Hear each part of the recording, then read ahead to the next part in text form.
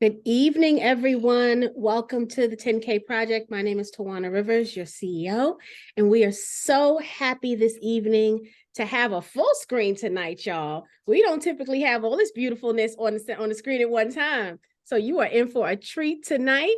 We have the founders of the aux. They're going to tell us all about their project. This is super exciting. When you see this deal offering and the deal terms, I am blown away by the generosity of these deal terms. First and foremost, let me start by saying that. So you want to stay tuned and pay attention. We are live streaming. So for those of you in Facebook, we are glad that you are watching us. Next time you need to come on in the room and hang out here and Zoom with us, because this is where the magic is happening. Now, you're getting secondhand magic. You want firsthand magic. You got to come into Zoom with us. We are super, super excited for everyone that you may be running a little late because it is election day. We appreciate you going out and voting, and you watch this replay as soon as you get settled. So that's what we're going to say. All right. I am going to pull up the campaign page because we always like to start with the deal. So let me share my screen.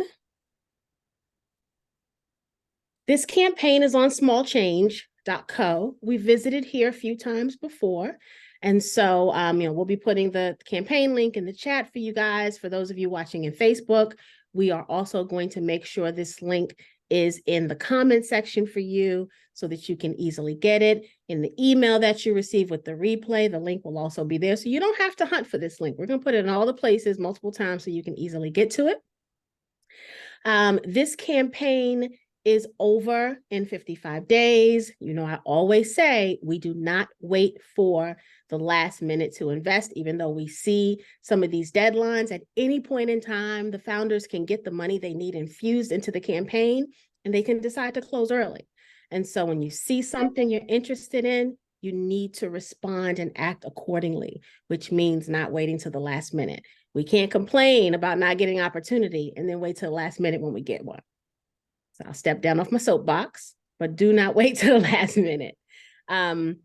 This campaign already has 51 investors. Congratulations. They've already raised $71,000 in this campaign. So it's 35% of their minimum goal.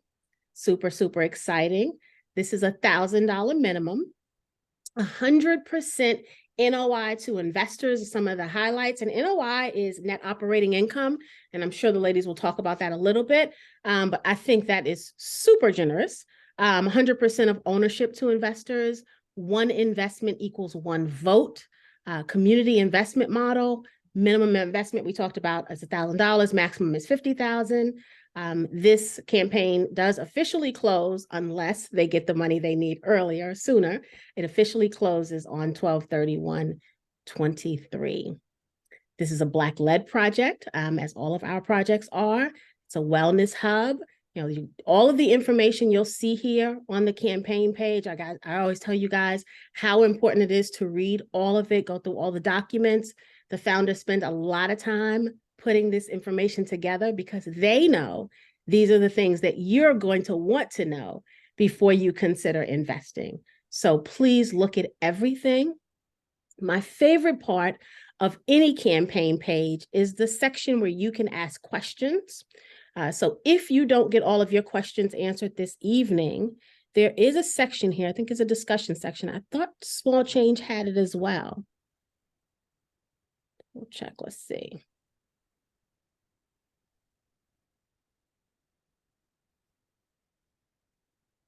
I don't see the discussion section on Small Change. That's interesting. There's There we go. Next question. There we is. You log in to ask questions. I'm like, wait a minute. I know it has to be here. That's part of the regs. So if you don't get all your questions answered this evening, right? I don't want you to say, oh, I didn't get my question answered. So forget about that opportunity. You can come here, you can log in, you can ask the question, and someone from the team will respond. I also like coming to this section to see what others have already asked that could be beneficial for you to know as well. Okay? So definitely you want to look at all of the campaign information. All right. So with that said, I'm going to stop sharing. And ladies, I'm going to turn it over to you for you to introduce yourselves and tell us about the aux. Thank you. I'm going to start to share my screen. So we can all get on the same page here. And thank everyone for coming. This is kind of great. This is more than kind of great. All right, we're going to have my partner, Tiffany Holmes, kick us off. Thank you, Tasha. And thank you to everyone who has tuned in tonight. It gives me great pleasure to talk about the community equity investment opportunity component of the AUX and tell you a little bit more about our project. What you're looking at now is the exterior facade that's coming soon this time next year. This is what the exterior of our business will look like. As mentioned, we are a Black-led project team. I am Tiffany Holmes. This project is based in Evanston. I am a third-generation Evanstonian, owner of One Small Business Total Transformation Solutions. I am an HR consultant and wellness and small business coach and all-around change agent. You'll meet Jackie White in a moment, fifth-generation Evanstonian, police officer with Highland Park, and she's the co-owner of the Laundry Cafe, which will also be in the AUX. Her partner in business and cousin in real life is Tasha Wilson, who is a fifth-generation Evanstonian also. She is a sergeant with the Evanston Police Force. She's the co-owner of the Laundry Cafe, and you may or may not be familiar with an initiative she started during the pandemic called Boosting Black Businesses, where each month she featured a different Black business and literally helped boost their business. In a 9-month period, she raised over $100,000 for those businesses combined. Finally, we've got our nonprofit partner in Lori Lazar. She is the founder of The Growing Season, as well as a mindfulness instructor. So what is the AUX? The AUX is right now a vacant warehouse that used to be a potato factory. Vegetables were processed for restaurants in the area. It's been sitting vacant for about 5 or 6 years now, and we're about to change that into a vibrant wellness hub that will be home to more than a dozen Black and Brown owned business, primarily Black owned businesses that have a focus on health and wellness. And for us, we look at wellness as a holistic thing. So it's physical, it's mental, it's emotional, it's social, it's financial, and more. And so we are creating this ecosystem for Black owned businesses where they will have high-end quality commercial space that has technical assistance, family and peer support, as well as business backing. What I love about this is while we are raising funds, it is a sustainable project. Each business in the space will be for profit, and they're being set up for success. Here's our impact. As I said, we've already got about 12 businesses lined up, meaning that our space is already about 95% committed. We've got space for a couple more businesses, as well as 4 to 6 pop-up business owners who want space temporarily. In addition to that, there will be sub-leases and subcontractors that are also Black owned. So that's another 30 plus. So we're already looking at more than 40 Black owned businesses being propped up and promoted in this space. They will have support through a business academy called Sunshine Enterprises, who's not only a tenant there, but will support our other businesses as they want to grow and scale and market their business, help raise capital, and so on. Through this, each business will be creating in total more than 30 jobs, and with our construction project alone, more than 100 jobs. I can say that to date, as we work with our construction company and they go to bid, I would say almost 50% are minority or women-owned businesses that are subcontracting for these bids. Like I said, there will be, who's in the AUX? It's okay, we'll just keep going. Who's in the AUX? The AUX Wellness Collective. This is a space that will have a private gym. It'll have movement studios, treatment rooms where you can have health coaching, personal training, a private gym membership, meditation, yoga, and more. This is a place where practitioners of color will be able to come if they don't have their own space and teach classes and host events, as well as there will be program classes and entities in that space. Then we've got the Laundry Cafe, run by Jackie and Tasha. If you want to do your laundry in luxury, this is the place for you. You can come to a clean space, do your laundry, take care of some business. They also have a cafe in there, so you'll be able to have light bites and drinks. It's just, I can't wait. I'm not going to do my laundry there, but I'm going to chill. Then we have Chef Q. Chef Q right now, stop what you're doing and hit record on your cable stations. Chef Q is on Chopped on the Food Network right now. It's airing today at 7 o'clock Central Standard Time. But she has an underground dining situation where she has private events where there are 6-course meals, and you come out to a secret location that you find out the day of, and you go and have the most amazing things. But she also has a community garden, and she teaches kids how to garden in their homes, whether it's a windowsill garden or a patch of land on their property. As mentioned, we have the growing season, who will have mindfulness programming as well as studio space for wellness professionals. We have Sunshine Enterprises, as previously mentioned, and they are an entrepreneur incubator and training center. I saw somebody was from New Jersey. So this is very similar to a program out of New Jersey called Rising Tide Capital. We also have Embrace Your Crown, which will be a hair salon that will offer beauty services to men and women. She will also have esthetician services. Oh, and the list goes on. We've got Smoothie RX, as we talked about all things wellness. You will be able to have smoothies, oatmeal bowls, protein bowls, tea blends that are healing. So we're excited about them. And then Cielo Agave, who will focus on womb health for women.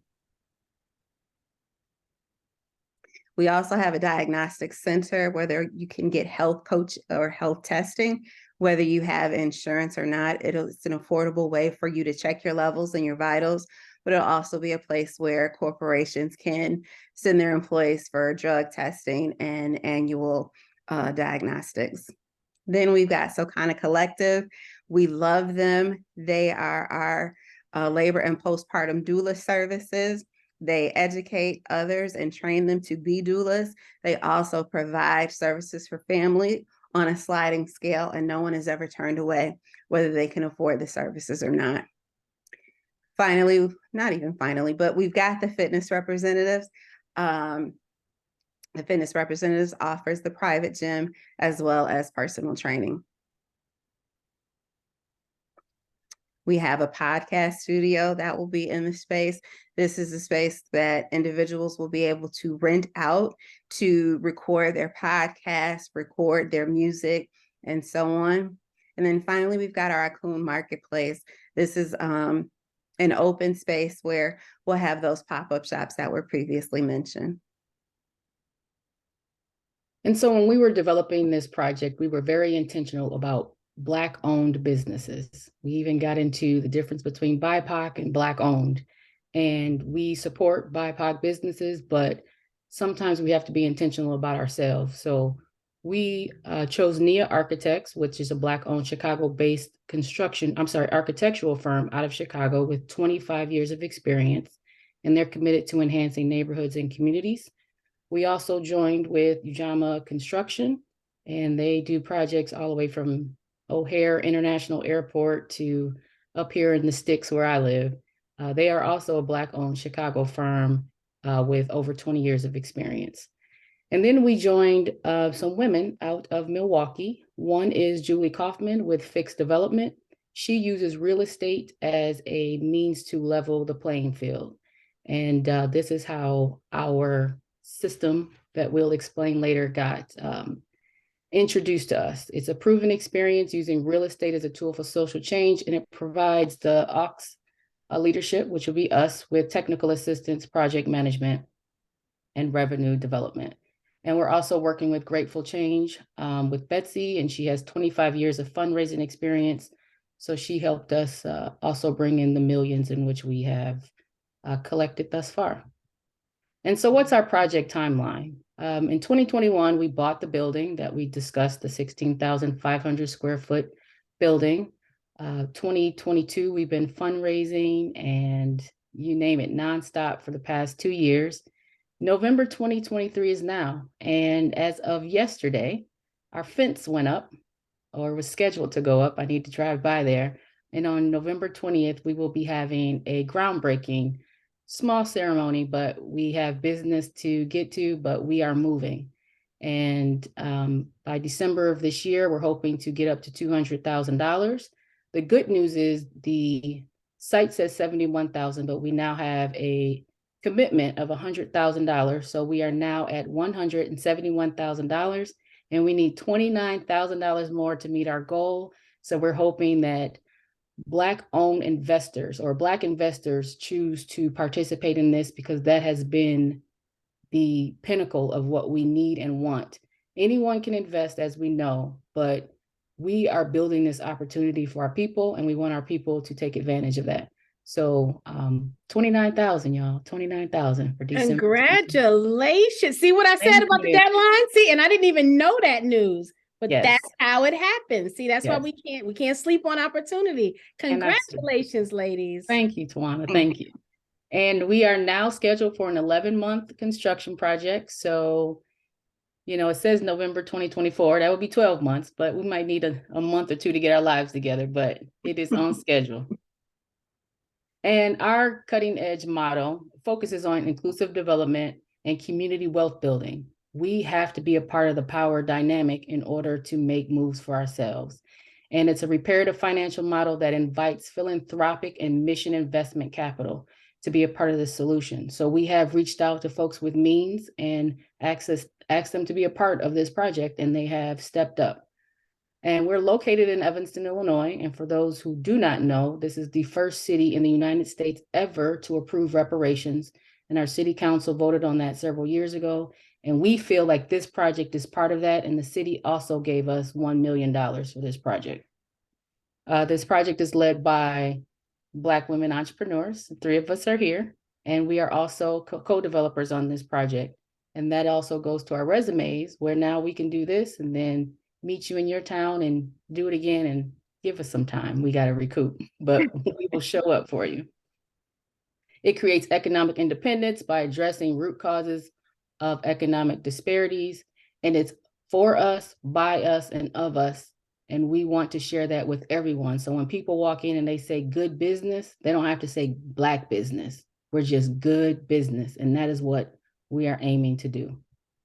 So where did this model begin? We did not make up this model on our own, but the Sherman Phoenix, if you've been to Milwaukee, Wisconsin, or if there is any Milwaukee folks in the room, an old BMO bank was burned down after a police officer shot a young Black man and killed him.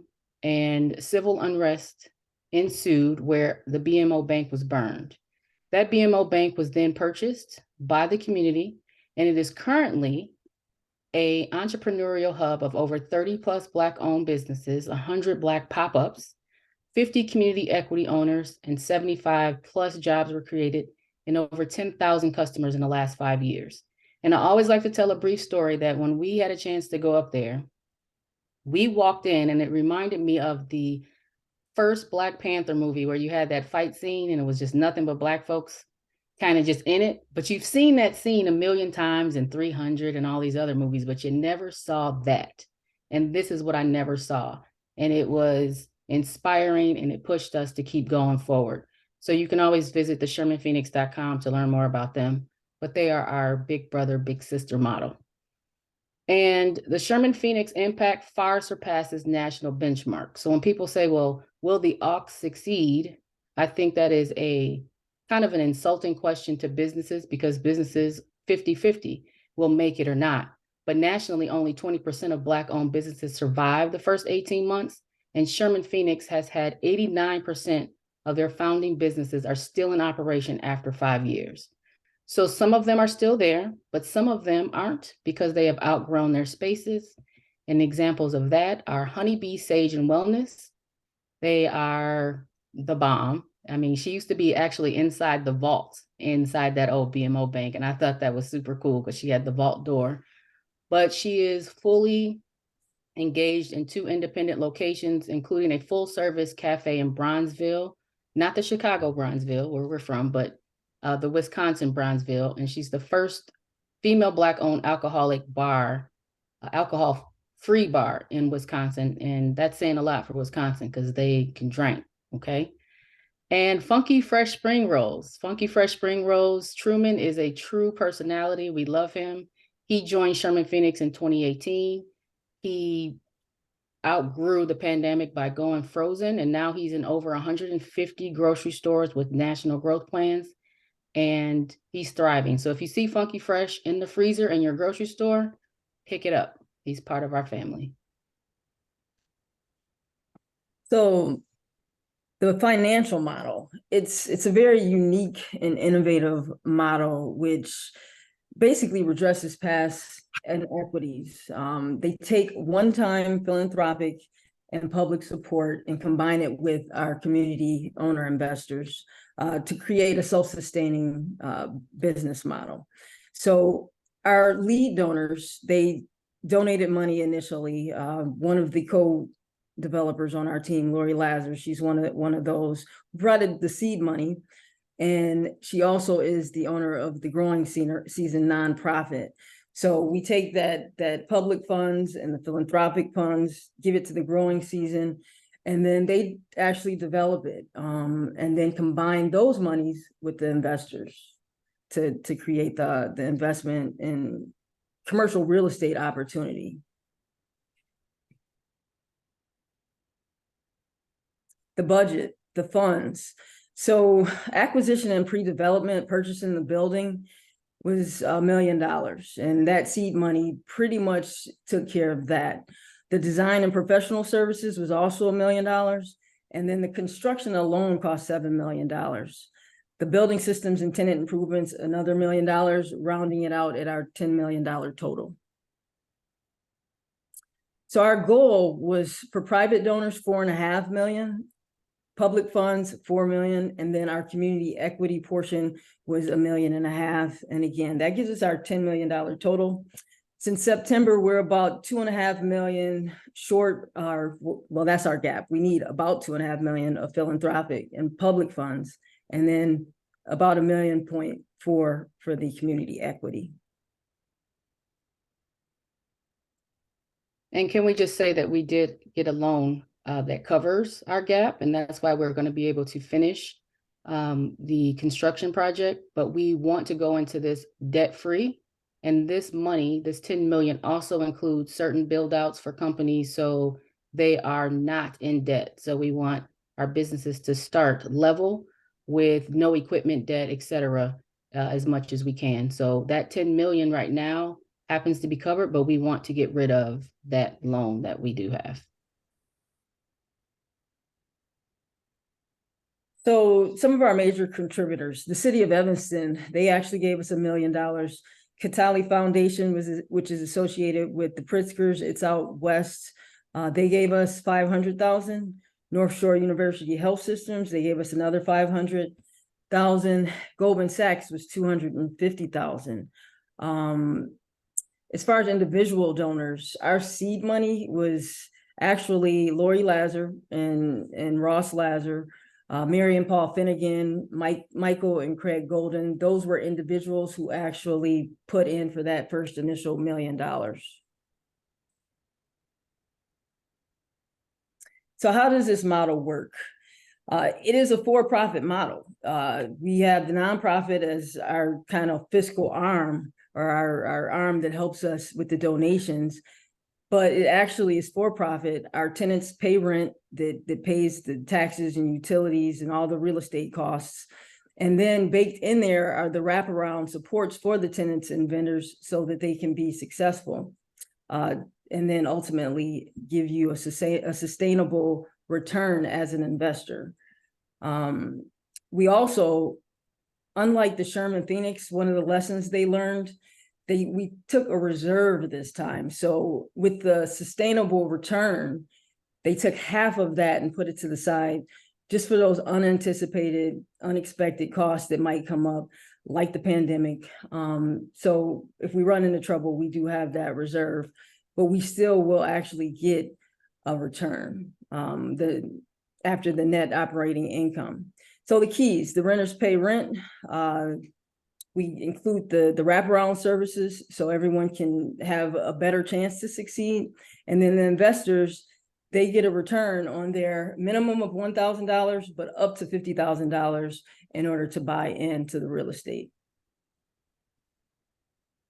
So the auxiliary corp, which the aux is short for, it becomes an LLC, and we're offering shares of that at $1,000 each share.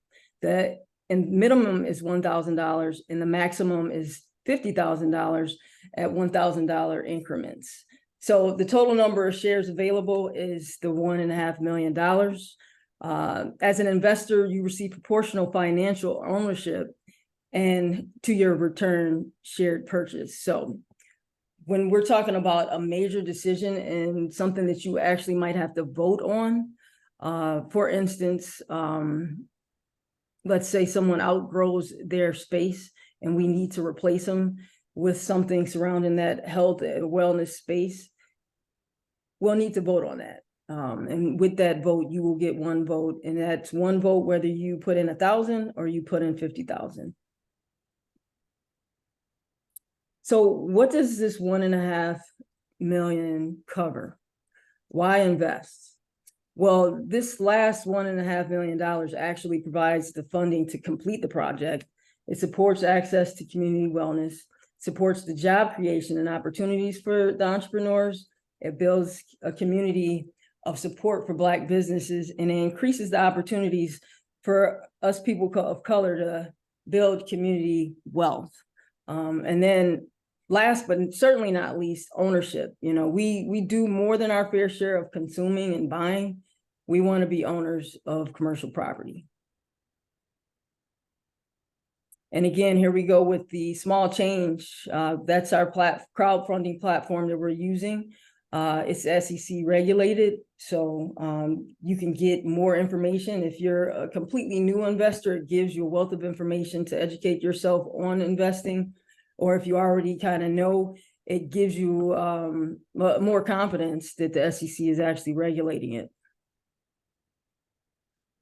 If you want more information, you can get us directly at theoxevanston@gmail.com or at our website, theoxevanston.com.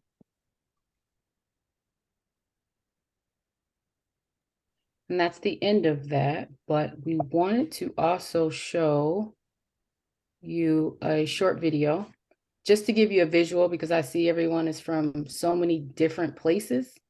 And who knows what Evanston, Illinois is, or what it looks like, or what our people are like. So I think that's important to wanting to be a part of something that's not necessarily right in your back door. So if I can get myself out of it, we can do this. All right, here we go. Hopefully everyone can hear this.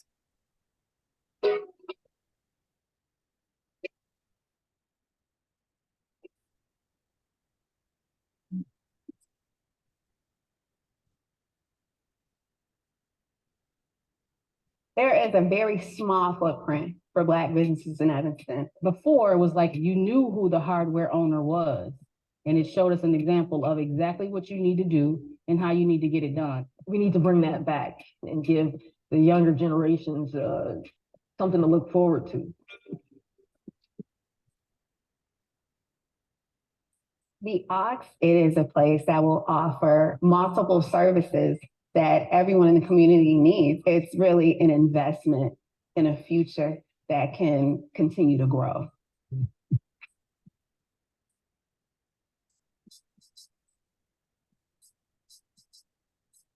There has to be one core idea, and that is we all have to connect to this ox within.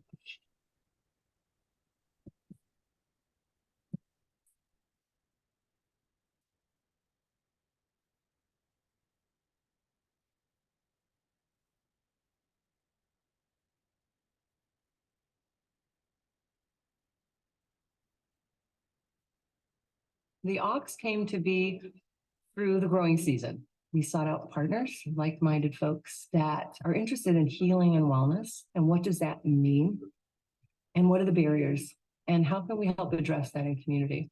And when we think about wellness, we think about it holistically. So financial wellness, spiritual wellness, emotional wellness, physical wellness, all of the components that really make a person whole. The growing season was very intentional about the stakeholders that they engaged from the very beginning of the process. The physical space we're seeking for the Ox is very unique. The building we're looking at is an industrial building, and we want to transform it into a commercial hub for wellness. And beside this brick wall, you're going to find a yoga studio. Behind that brick wall, you're going to find a meditation studio. Over here, personal health coaching. Most people who've been in this community for 50, 60 years pay no attention to this building. Why not bring life to it? Why not plug in and make it the Ox? All right, now the purpose of the day is actually to get to where we can do a dynamic workout. As a Black man, it's really tough to get a business off the ground. So when it comes to the Ox providing that opportunity, it's a great chance to do just that and show others that it can be done. We're a wellness center, and we will be providing wellness coaching, personal training, group fitness classes, basically helping people realize that wellness is a mind, body, spirit thing, and bringing that all together. The Laundry Cafe is something we came up with because there was a lack of resources in the Black and brown communities of Evanston. It's not just the laundry. Instead, it's like, hey, let's go in here and have this free Wi-Fi, comfortable chairs, feel it, you love it, you want to be there even if you don't have a load.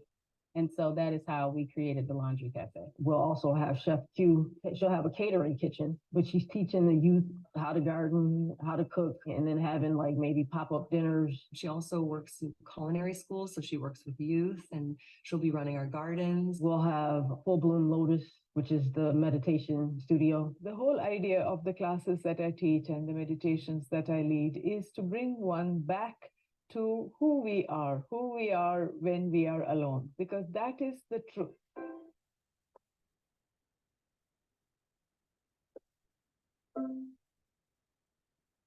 The Ox is important to me personally because this is going to be my legacy. The great thing about the donation is there's no donation that's too big or too small. If you are a business owner and you don't have money to donate, you can always give your resources. So knowledge, volunteer, saying, hey, I know someone who can help you with this.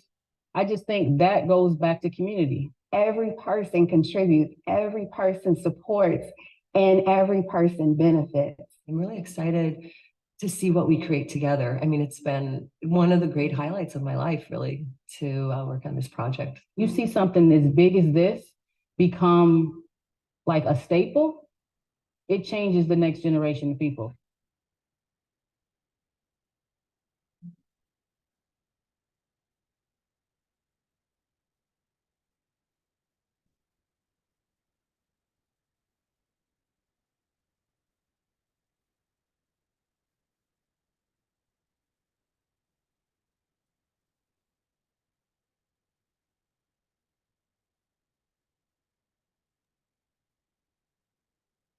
Thank you, thank you. That will complete it all, and whatever questions we have, or you guys have, we will. Wow. Let me gladly. just say wow and well done, ladies. Well done. Thank you. I've Thank got some you. questions to start us off. Community, please put your questions in the Q&A and then I'll read them out to our founders for them to answer. In Facebook, go ahead and put your questions in the comments and Talisha will give those to us so that we can respond to them. I want to talk, first of all, blown away that you not open, already have 95% of the space leased, right? Or under some kind of agreement or letter of intent. So like you haven't been playing, like you are moving. And to know that there are that many businesses already interested, I would imagine there's another 40 that wish they could have gotten in. Like this is absolutely wonderful. And the array of businesses that you're going to be able to highlight is really, really awesome too. My mind kept moving. I kept thinking, as these businesses grow and can move into a standalone space, how interesting it's going to see, or how it's going to be in 2 years to see what the new kind of wave of businesses may be that are in there. I was thinking of areas of wellness that we don't typically see ourselves in, like some of the Reiki and things like that, that we don't see ourselves in. This space that you've created is going to encourage people that look like us to do more of that, because now they've got a community, right, that's already going to be there, built and ready and waiting for these kind of services. And so my mind was just blown as I was listening to everything, because I can see what this is going to look like in the years to come. So absolutely amazing. Let's talk a little bit about the lease lengths and the amounts of rents. So what does a rented space look like? Are all the spaces the same size? Kind of talk a little bit about that. If you want to take that, you're on mute. I can take it now that I'm off mute. Okay. So the beauty of getting in on first of all, thank you all again for your time, but the beauty of getting in at the ground level is that businesses have the opportunity to carve out the amount of space that they may need. So the Laundry Cafe is about 4,000 square feet. We have some other businesses that are in there that are maybe 500 square feet. And so as we evolve, places like the Laundry Cafe is an anchor tenant. They're not going to go anywhere. They will open other locations, but they will continue to stay. Their first location will be in the Ox. There are other businesses that may come and go. The minimum term for our what we call permanent tenants is 1 year. Many so far, they have LOIs. Leases are starting to be generated next month, but they have the option of 1, 2, or 3 years to lease their spaces initially. Our pop-up spots are 3 to 9 month leases, and we have space for 4 to 6 businesses, depending on how much they need. And this gives those businesses an opportunity to either test the waters of a brick and mortar before they fully commit, and tweak their business plan accordingly. Or there are some businesses that are more seasonal than others, and so they may just need space during the holidays or during tax season, so on and so forth. So that's how that works. We were very intentional, as Tasha mentioned, about making sure that our budget held build out for these businesses. So in as much as possible, they can come in debt free. And part of our budget has that in there for future businesses as well, which allows us then to do all of that and keep our rents at market level, but on the lower tier of market level. So we are right there on the cusp of the lowest rates available around town. Very good. Very, very good. The other question I had, I wanted to go back to the investment model and how you're leveraging the nonprofit, right? So if you can go over that just again, because I want that to be, I think that's a big piece of this, right? And that's what, in my opinion, makes your business model stand out, like among some other opportunities that may be out there. You can go over that again for anyone who came a little late. I want to make sure that the community understands how you're leveraging the nonprofit to benefit this for-profit business. Mm-hmm. Me again? So I can speak to that.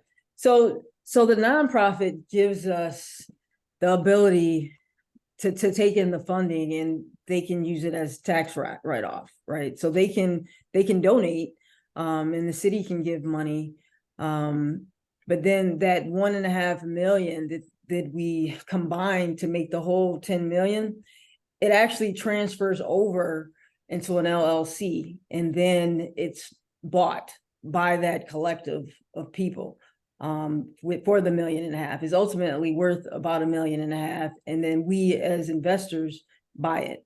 And then the growing season, our nonprofit is no longer involved, and they move on to plant seeds elsewhere and maybe do some other type of project. And then the LLC, the auxiliary cord owns the aux. Love that. It allowed you to bring in that money without it being debt. Exactly. Like Exactly. that's brilliant. It's absolutely brilliant. Yeah, and just to Right. give more history on like where we are the North Shore of Chicago, where we are like the philanthropic slash non-for-profit hub of the world. I mean, it's just constant. And so we needed something that we knew we could get people to participate and understand the importance of leveling up and using funds that people had. Because, you know, folks, especially right now, everyone's willing to give money because it's the end of the year and fiscal things and things like that. And we've managed, as 2 police officers, an HR consultant, and a housewife, we were able to raise $6 million in less than 3 years because the idea is so important. And that includes, you know, we mentioned Sunshine Enterprises. Northwestern University is a major institution in Evanston, and they have, you know, combined with the city to make sure that that business incubator keeps supporting these businesses and they don't fail. So we are using our space and our resources to fund the aux. Nice. Nice. And I also think that it needs to be kind of reiterated that you've been very thoughtful about the you know, your tenants, right? The businesses themselves, being able to, you know, make sure you had enough money to retrofit these spaces, right? So that they don't come into this in a deficit, right? That they can actually come into this and start cash flowing as soon as the doors open. That's not a typical model either for any kind of real estate space that's going to break it up and put businesses in there. Typically, the business pays for the build out, and they enter, you know, the entrepreneurship world in debt. So the fact that you've thought about that is, I think, amazing. Yeah, you have to ask why. Why are businesses failing?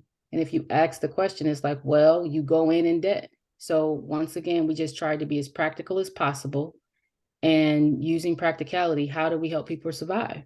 Mm-hmm. And I think that's the beauty of our experience and us being co-developers. Jackie and Tasha were working on the Laundry Cafe prior to the aux being open, and tenured police officers with A1 credit, lots of collateral, were denied a bank loan, a minimal bank loan to get their business started. So we know firsthand what the barriers to entry are for Black businesses. And because we're at the table, we have an opportunity to remove those barriers for other businesses and people who look like us. So where we may not have family wealth legacies, we are using the tools and the resources that we have at our disposal to make that happen for people who look like us. And starting in Evanston and taking it worldwide. I love it. I love it. Worldwide. That means a city near us, guys. But they need a break after this one. Right. But then we're gonna be reaching back out to say, okay, who's next? Where's the next city? Rain says, is the groundbreaking ceremony private or is it public? And can potential investors attend? So our groundbreaking is on Tasha. Oh, please. It's on November 20th. We're super excited about that. It is very small, in-house, but we might be able to make some exceptions. So talk to us, Brain. You want to come through? We got you. Very, very good. All right, guys, put your questions in the Q&A. I don't want to hog up all the questions. I know I saw a comment. That was Rain that said that he visited Sherman Phoenix in Milwaukee a couple of winters ago. So that was good that someone in the community knew about that. That is good. And while the questions come in, I know that they probably figured it out, like why the aux, like what's the name all about? And we asked the question, like, what's important to like Black people? You know, just some random chit chat. And the answer was like music.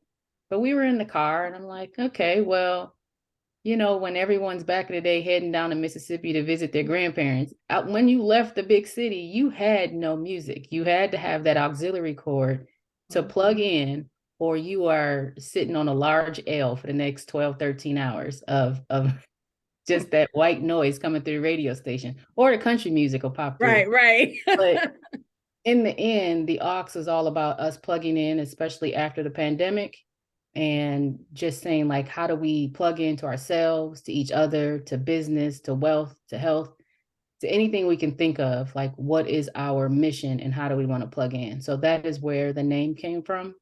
And we settled with that because we thought it was kind of symbolic of just everything we wanted to do. Nice. Other than the obvious, which is additional funding, what else does the aux need? Love and support for sure. Because we think that when people invest, like, we know that you'll get, a minimal yearly, dividends off the investment. And we know that the property is the actual value in all of this. But we also feel that when you invest in something, you believe in it. So Rain went to Sherman Phoenix, but when Rain comes to Evanston, it's like, I got to go to my spot, and we want to see our people. We want to feel the love from all over. And this was the first time, actually, I think I'm speaking for all of us, where we've had an all Black audience. Yeah. And Yeah. we've been at this for 3 years, and we haven't been able to speak to our people to where they're already knowledgeable about investing, because it's a learning curve. And I think Tawana and I, we talked about that before. It's just trying to spend so much time educating and not getting people to jump on board, because people want to, but they're like, well, what's investing mean? Right. What does accredited versus non-accredited mean? So I think sharing this is important. That is the love and the support. And then once it's built out, coming to see us. We want to hug you and meet you and talk to you, all of that. Yeah, I absolutely agree.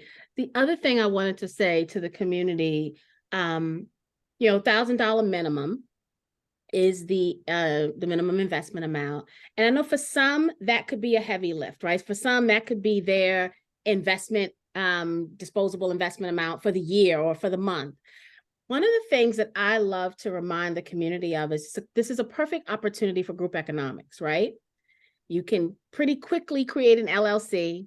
You can get with 4 cousins, right? And everybody put in $250 or that best friend, and really make this now a family business, right? Investing can be a family business.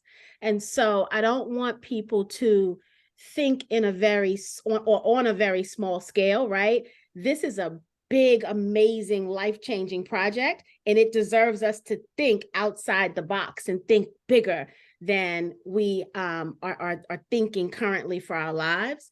And so, and you don't have to go this alone, right? That's the 10K project. That's kind of one of the things we preach, is that this is really about community.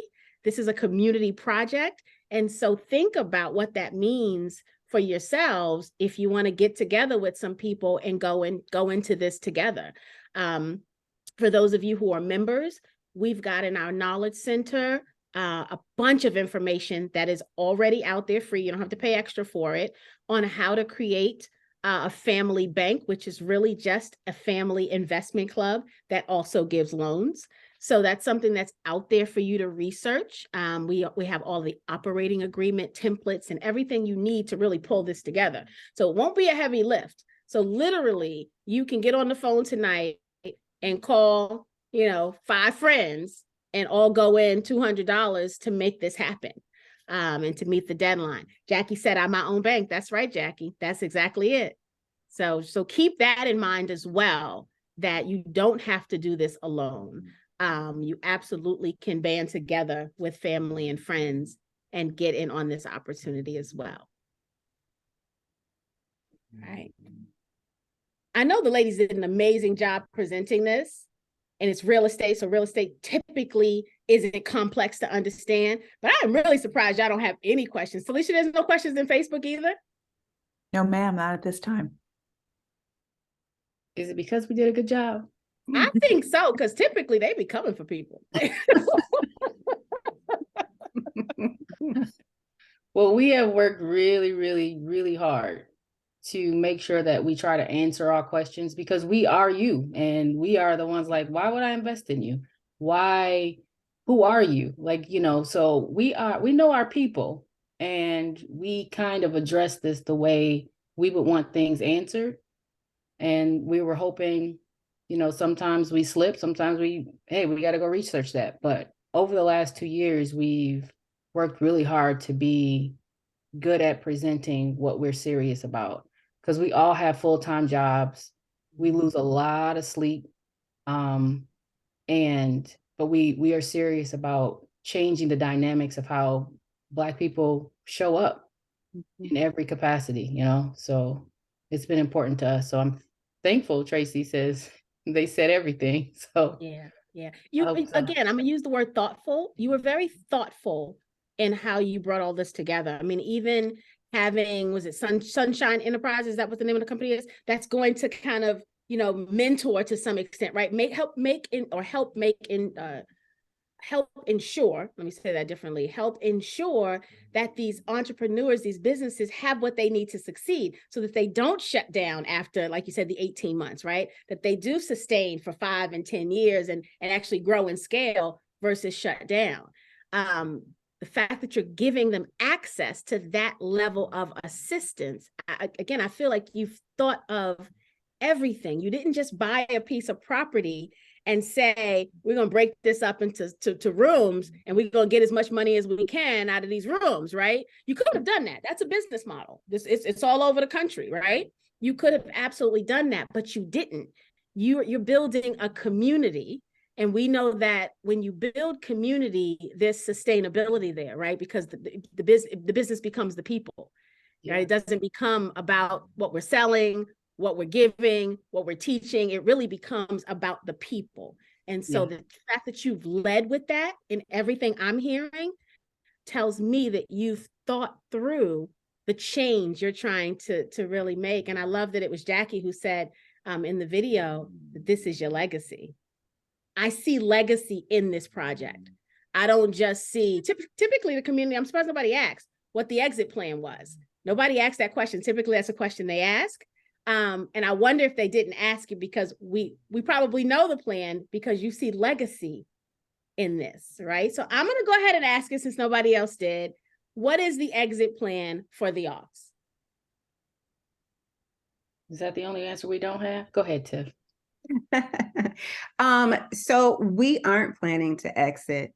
Jackie and Tasha will be owners in the space. Tasha works in Evanston, Jackie lives in Evanston, I live in Evanston. I will be the executive director of the space. So we are here planted. We may do this in other areas, but this is our legacy. Our families have been here a combined total of more than 170 years. We have kids, nieces, nephews, cousins, aunts, and uncles here. So we're here to stay. And even as we plant this seed in other places, sustainability is what we're talking about, because this is the difference maker in our communities. This is an opportunity to build wealth. It is an opportunity to change perceptions that people have. And it is an opportunity for us to be subject matter experts and show our gifts and talents in a way that we have not been allowed to in the past. So we have a waiting list for businesses already wanting to get in. So we're being selective with our last spaces. Like we are here. Our roots are super, super deep in the soil. You can't uproot us. And they're trying. And I think that's why we are also super intentional, because, our families have been in Evanston, Illinois since 1800s, and they sell this diversity, go to Evanston, Illinois, it's where the diverse, the Black people and the white people live, together. So they sell the story of us, but yet they're buying our homes. And we've lost a lot of our homes being irresponsible, but we were middle-class Black people, not fighting for much. Crack cocaine probably put a huge dent. So I always say, whatever happened during COVID in these last 3 years, we had 30 years of crack cocaine and other things beating our community down, and we're still holding on. So this is beyond an exit strategy. This is literally, we're putting our flag here. If you take everything else from us, this little building here will be ours. And then you're going to have to buy us out and get everybody paid, or this is where we'll be. I love it. I imagine the area around where the aux is going to be is getting ready to experience some amazing change. So Yeah. if there's anything available in that area, you may want to buy that up too. Because I imagine people are going to want to be close to the place they come to every day. Yes. I Yeah. agree. Yeah. Dwayne said it was truly a very thorough presentation. I agree, Dwayne. It really, really was. Thank you. That makes us feel good, especially from our own people, you know, like Yeah. we don't get an opportunity to talk to us. Every day we sit in rooms with billionaires, millionaires, and they, you know, our experience where we're from is that we're not the typical Black people. That's how people see us in our area. And if you were on the west side of Chicago, or if you were on the south side of Chicago, we could give you money. But since you're here, we've basically been redlined out of money. And it's the opposite of redlining. We are outside of the circle of, we love your idea, but we can't help you. Tiffany sits in meetings every day with people with means, and they love it. They will punch you to the next person. But we're battling. So you think 10 million in this space, someone could have wrote that check yesterday where we live. But it's like, well, if you're on the south side, we'd give it to you. So we're fighting. But I think that goes to that whole perception thing. Like, if you are Black in Evanston, it is perceived you're good enough. You're doing above folks in other areas. And so we don't need to help you. You're fine. But if you were what they would consider some charity case, or what the news has told us is a different type of area, then we would throw money at you left and right. And I'm like, but we have stats and data that show outcomes for Black and brown children are the exact same as those other neighborhoods. Life expectancy is still 13 years less than our white counterparts here. So we've got the same exact issues. It's not determined by zip code. It's determined by right. When you think about the health, just the health of the average Black person. I mean, you're creating this wellness space. When you just think about the aging and how in the Black community we don't necessarily take the best care of our bodies, right? And that's not going to be much of a difference because it's cultural, right? Throughout the entire population, no matter where you live. So it doesn't matter what part of town you live, we're going to more than likely be tempted to eat the worst foods out there. And so when you think about it from that standpoint, I wonder if this philosophy is more about them than us, right? Like, the kudos are not big when you're helping somebody that don't need, you know what I mean? That's not completely impoverished. So right. You don't get to get a whole lot of attaboys. That's very interesting to me. I think you got it though. I think that's it. Yeah. But if we can do it, we can't catch a break. I mean, it can really be done anywhere. So yeah. Once we do this, like, you know, sky's the limits for those other places that they would love to just throw that money at. Right. You know? Right. Yeah. So community. So to the 10K project community, everybody's going to watch this on replay, watch this, live stream. This is why we exist, right? Because every time we do something amazing, there's always this changing of the rules, right? So like, be great, right?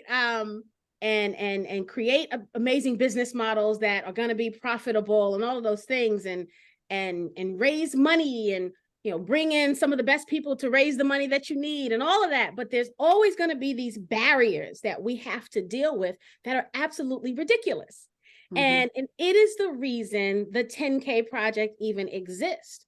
For us, it was about not having our founders beg, borrow, and steal, right? To try to bring these business models to life, right? These life-changing business models to life, because we can do it ourselves, right? We are the we've been waiting for. And so for everyone who's going to watch this session, I want you to make sure you pay close attention to what's been said here this evening, right? $10 million, we see all the time, $10 million being given to projects. This project is in a better neighborhood than most, right? And so because they're in a better neighborhood, they're struggling to get the funding to make the neighborhood even more better, right? And to then spread that model across the rest of the city into other neighborhoods, right? And how cool is it when people in those neighborhoods that they would want to save start coming out to Evanston because they've heard about this amazing thing? I know for certain that when we expose certain parts of the community to areas where life looks different, you show them that life can be different. And so how cool is it for someone to come from the South Side, right, of Chicago to come to Evanston and see this amazing thing you've built and say, well, wait a minute, I got a business in my head. I've been wanting to do this. I didn't know we could do this. I didn't know there was a place where Black people got together and they worked together individually as businesses, but still as community. Like, this is a place I want to be. What do I have to do to get my life right? What do I have to do to work with Sunshine Enterprises to learn how to become an entrepreneur? What do I have to do to be able to afford to move to Evanston so that I can now participate in this wonderful thing? And so I think the people who easily can write the $10 million check need to rethink how this truly gets them the kudos that they're looking for, even more so than writing the check for the people in the communities where it may be a little more noticeable. And so we can't worry about that. We've assembled here so that we could help Black founders not have to have these concerns. And so Tasha started the evening by saying they just got 100,000, right? So they only need about 29,000 more, right? And so 10K Project community, I'm not a financial advisor. I'm not going to pretend to be one tonight, but I know that if you are interested in adding this business to your portfolio, we can make the goal happen. In this community, we have the money. And we're not looking for kudos, right? We're just looking for a good investment, right? So we're just looking, I don't need an attaboy. I just need an ROI, okay? And so we need to consider adding this to our investment portfolio by doing our due diligence. But more than anything else, I need y'all to share the heck out of this campaign link. So Alicia has been putting it in the chat. I know she's got it in the comments in the Facebook Live. We'll add it to all of the emails we send you and all of that. But I need you not to just look at this link. I need you to share this link with everyone. This is not a time to be stingy with a good opportunity, right? We present these businesses every week because these are shareable opportunities. We are not a community of people that says, I just found about something really good, I'm gonna keep it to myself. That's not what we do here. We tell everybody we know, and then we tell them to tell somebody that they know, right? And so that is what you are tasked with. That is the call to action this evening, is to share the heck out of this campaign and to please consider adding this into your portfolio. Because this business, when successful, will absolutely change lives. Absolutely change lives.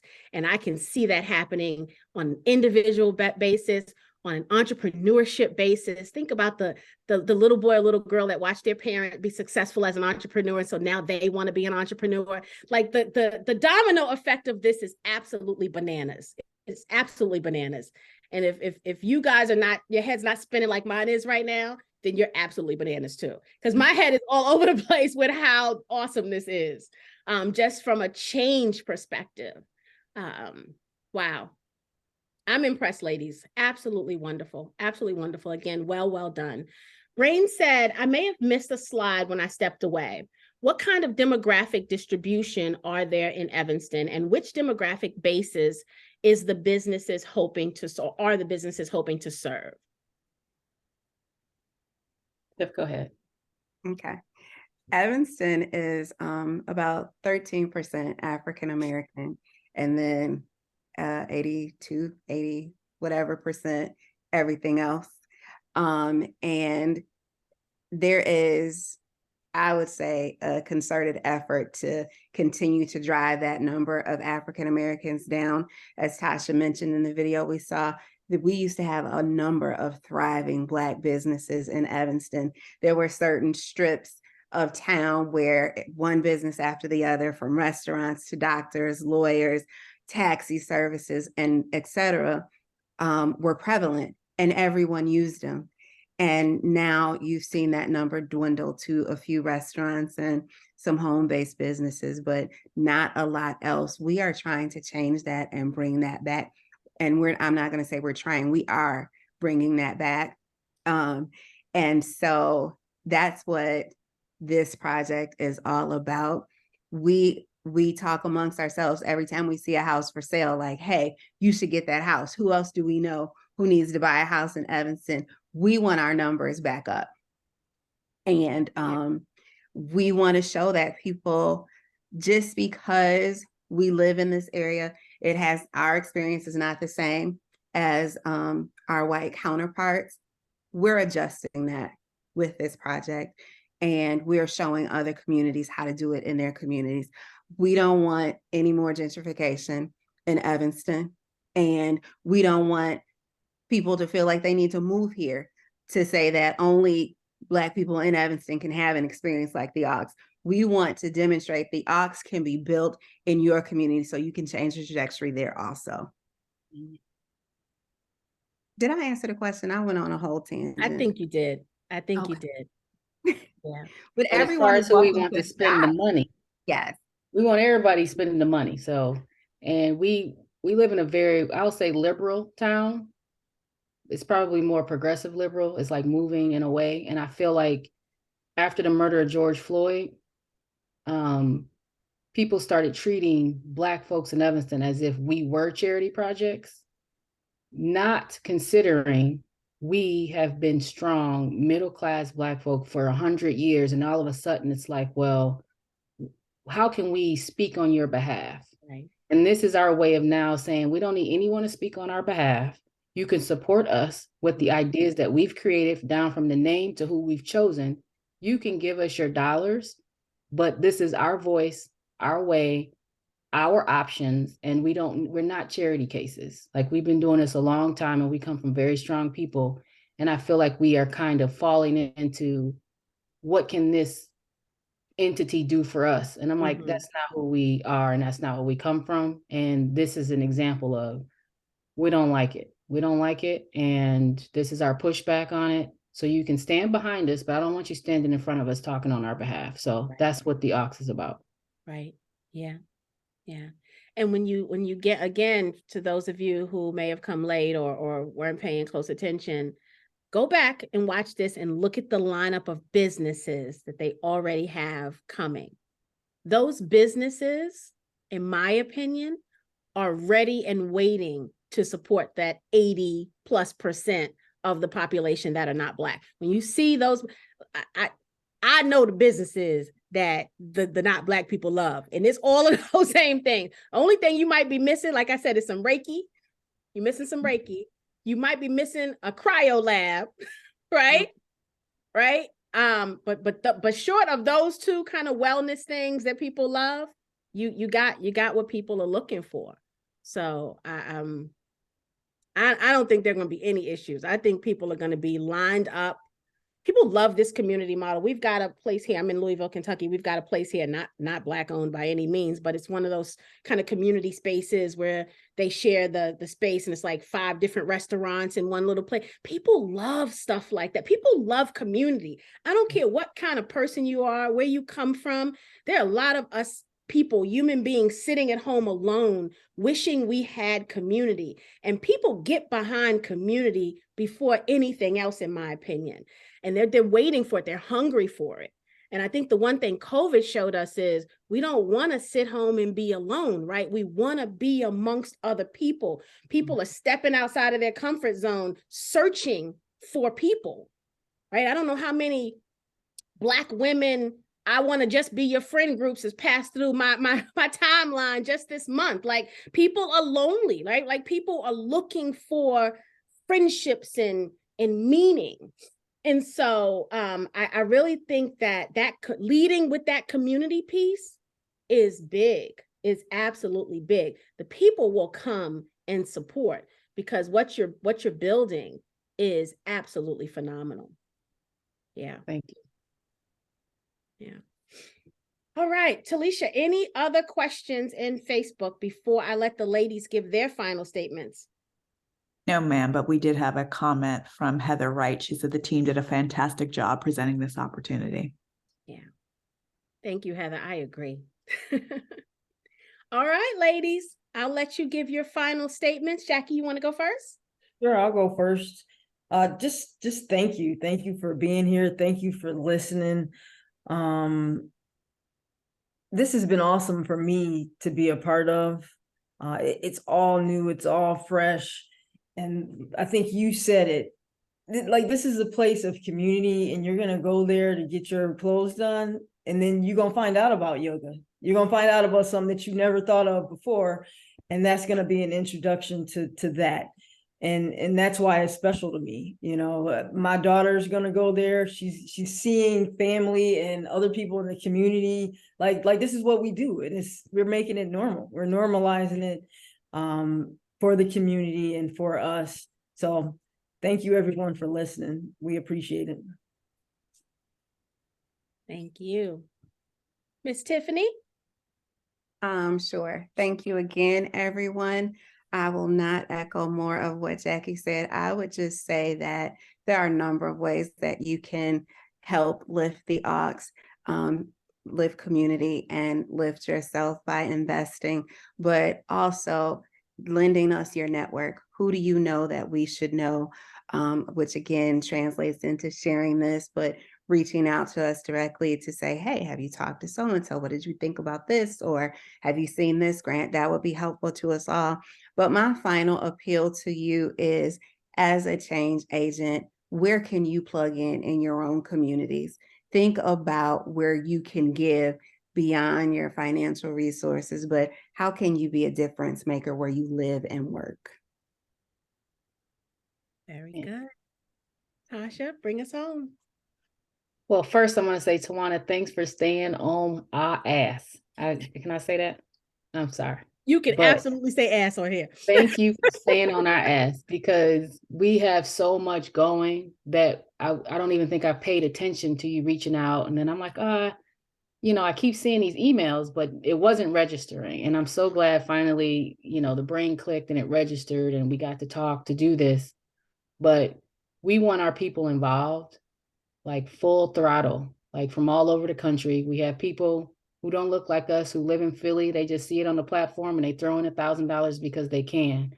And in the end, they'll benefit in ways that our people won't if we don't take advantage. So I am hoping that you all see that we are intentional about having the opportunity to win or lose. We just are grateful for this opportunity, and we're using our resources, and we want to share those resources with you, no matter where you are, so you're part of our overall family. Because investing in this project, getting us to this $200,000, which is only $29,000 left,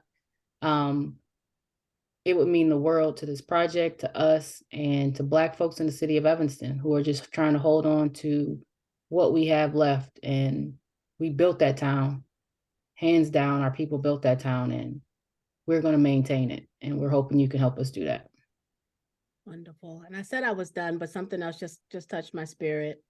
You know, we're heading into the holiday season, and so often we are, especially as parents, right? Black parents, we're trying to give our children everything we didn't have, right? And sometimes we translate that into stuff, right? Well, I can tell you, nobody ever bought me a share of anything for Christmas. And so if you want different results in life, we got to start doing things differently. And so instead of going out searching high and low for whatever new game system is the hot new game system, right? And dropping $1,000 on that at least, right? What about giving your child the opportunity to have a vote, right? One investor, one vote. to have a share of something that is going to appreciate. How cool would that be to open that up on Christmas morning and to then be able to have conversations ongoing about what that means, and that could be the catalyst for change in your family, because now as a family you start investing together with the kids, things that they may even know about that's really cool that we don't know about as older people, right? So just like, think about doing something different this year. Just something different. Just try it. It could be this, it could be something else, but just think differently. Nothing changes if nothing changes. And we can keep bringing opportunities to you, and we can keep talking about wealth building till we're blue in the face. But until you activate everything you've learned and actually do something with this information, you just gonna smile at me every week for the next 5-6 years, right? And your life won't change, but you'll feel fulfilled. I don't want you just to be fulfilled. I don't want to be your entertainment. I want to be your change agent. That's what I want to be. And so holidays are coming. This is something that you should consider as a gift. The gift of equity. Anybody on my holiday shopping list, this is what I want for Christmas, okay? I don't need another scarf, nieces and nephews. Put your money together, give me a share of this. So I just wanted to say that, like this is the time to be thinking about the holidays a little differently. I know some of you are saying, oh, but I gotta get little Johnny this, and I gotta get little Johnny would love equity so that he could flex. Talk about what I got for Christmas. I got equity. What's that, little Johnny? Now he is school telling everybody what he got for Christmas, right? Let's just do something different. I challenge you to do something different. All right. With that said, guys, thank you so very much for joining us this evening. To everyone, again, that will watch the replay, we missed you, but we appreciate you taking the time later to watch this. For everyone that watches the restream, thank you in advance. Next time, come on in here with us in the Zoom. Ladies, again, well done. I cannot wait till this is open, because I'm coming to Evanston. I have only driven through. Now I'm stopping. So Yes. I'm excited. I'm excited. And Tasha and Jackie, your girl might have to hit you up. I want to know about this. I want to know about this laundry cafe. I got questions. Okay. Call us. So thank you so much, ladies. I hope our community gets you to that threshold that you're trying to get to. But that is my prayer, is that we are able to collectively bring you home. But this is absolutely wonderful. Thank you. Thank you very much. Thank you, everyone. Have a good evening, ladies. You too. Good night, everyone.